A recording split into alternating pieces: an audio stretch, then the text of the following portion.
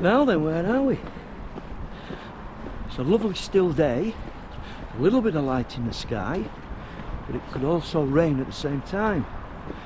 I'm heading on the train to Silverdale to do some photography, Jenny Brown's Point, the Pepper Pot, and I'm also going to try some macro photography because I bought myself a new lens.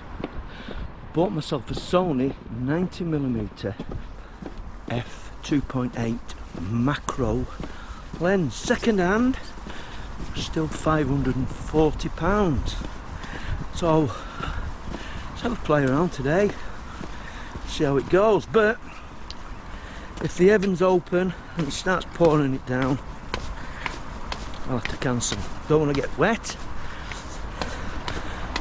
£3.15 on the train with my senior citizens rail card.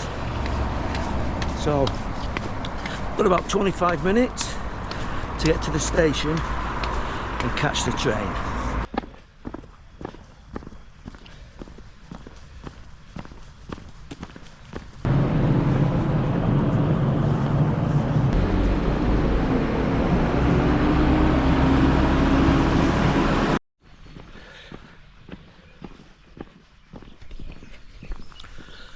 I'm on a road called the Row and I'm heading to the Pepper Pot through Eaves Wood. So I'll get my camera out a little bit later on and see what I can see. It's a bit dull now, but I want to get some macro stuff done. Look at the shape of this tree. I wonder how old that is. A little bit of blue sky breaking through, which is good. I've got my wellies on today and they're a bit noisy when you're walking. From my gathered intelligence of Google Maps, I would say in the distance is Eaves Wood, and the Pepper Pot will be somewhere amongst them trees. Right, I've found the public footpath through Eaves Wood. Bit of a trek, to be honest. I'm not sure if Google Maps was being fair to me, to be honest. Seemed to take me the long way around. I've got my wellies on, which is a big mistake. I've now got a blister on my left heel. I don't know why I put them on. I don't know. Mistakes. Crack on though. Crack on. Pepper Pot sign. It's rubbish when you get there, but it's a Woodland I want. I took a couple of handheld shots, macro shots, autofocus, because I don't want to get my tripod out yet until I find a nice area inside the woodland, but they look alright.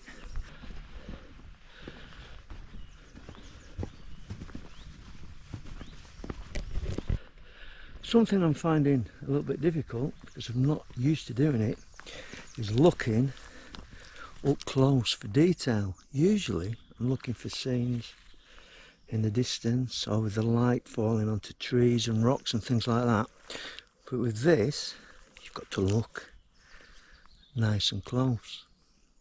But when I find an area, I'll just sit down and survey the scene. Right, I found the Pepper Pot. Nothing spectacular, it was alright. I didn't get my GoPro out because there's about 5 or 6 children hanging around, so they've gone. Got a couple of shots. So now I'm going to head into Eaves Wood and try find some macro work. Hey, macro work! See, I'm looking in areas like this, rotten wood, but there's nothing. Maybe it's just not the season for mushrooms. I've not done any research on it. I've got a few handheld shots. I've not got my tripod out yet. because there's nothing that's really took my breath away.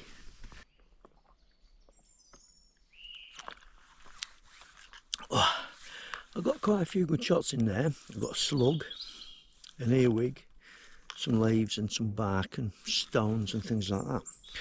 Now, it's my first attempt today, and what I've realised straight away is you need patience and you need your camera on a tripod and possibly a flash. Set it up properly and photo stack. Take 3 or 4 little shots where you're focusing over a greater distance. I've been hand holding the camera, so you're in and out of focus, but it's alright for my first attempt. What I've realised is the more you look, the more you find, and I've got to get really, really close in and poke about with a little stick. There's all sorts of little creatures there, so I've enjoyed it.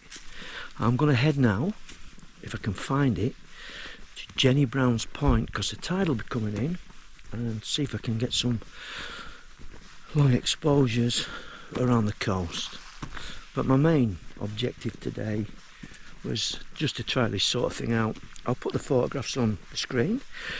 They're alright for a first attempt.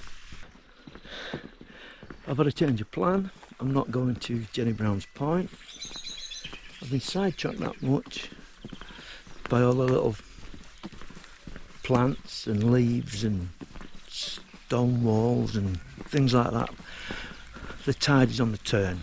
I can always do that another day, and it's about 2 miles away, so I'm just going to wander around here for a bit and then head back home on the train. I've enjoyed it. It's been very enjoyable. I think I've got some good photographs. I know now though that a few of them will be slightly out of focus, but that is my own fault because I haven't got my tripod out, which will be quite tedious when you're photographing. Take the second left onto Elmside Court, then turn left onto Cove Road. You're photographing little tips like that to keep getting your tripod in and out, in and out.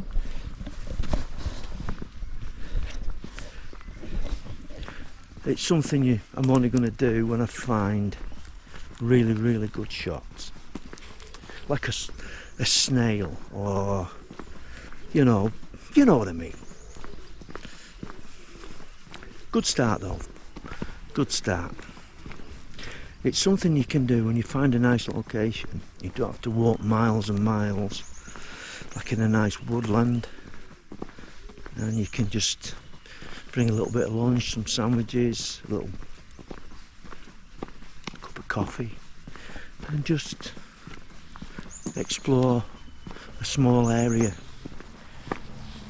Although I've done a bit of walking today, it's my own fault because I try, as usual, to cram too much in.